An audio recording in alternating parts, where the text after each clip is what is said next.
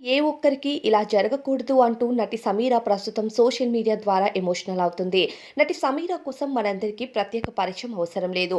బుల్లితెరపై ఆడపిల్ల సీరియల్తో ఎంతో మంచి సక్సెస్ని అందుకొని ఆ తరువాత భార్యామణి, తోడికోడళ్ళు వంటి సీరియల్లో కూడా నటించింది.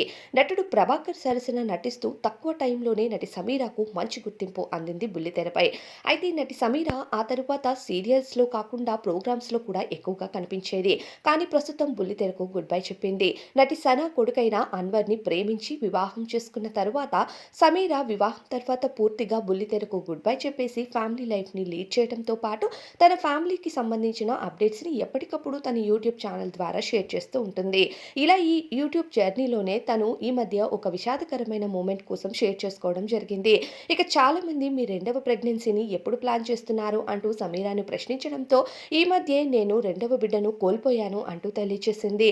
నేను మరోసారి గర్భవతి అయ్యాను. కానీ 8వ వారంలో చేసే టెస్ట్‌లో నాకు బేబీ గ్రోత్ లేదని చెప్పడంతో నా బిడ్డను ఆ అల్లా దగ్గరికి పంపించాల్సి వచ్చింది అంటూ చాలా బాధగా అభిమానులతో ఈ విషయాన్ని షేర్ చేసుకుంది.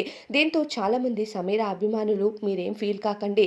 మళ్ళీ మీకు భగవంతుడు పండంటి ఆడబిడ్డను పుట్టిస్తాడు చూడండి అంటూ తనకు ధైర్యాన్ని తెలియజేస్తున్నారు. సమీర బుల్లితెరపై తన నటనతో ఎంతో మంచి సక్సెస్‌ని నటిగా అందుకోవడంతో పాటు ఇప్పుడు ఫ్యామిలీ లైఫ్‌ని లీడ్ చేస్తూ హ్యాపీ జర్నీస్‌ని షేర్ చేసుకుంటూ ఉంటూ సడన్‌గా ఇలా షేర్ చేయడం అందరికీ బాధాకరమే. ఏది ఏమైనా ఆమె ధైర్యంగా ఉండాలని కోరుకుందాం.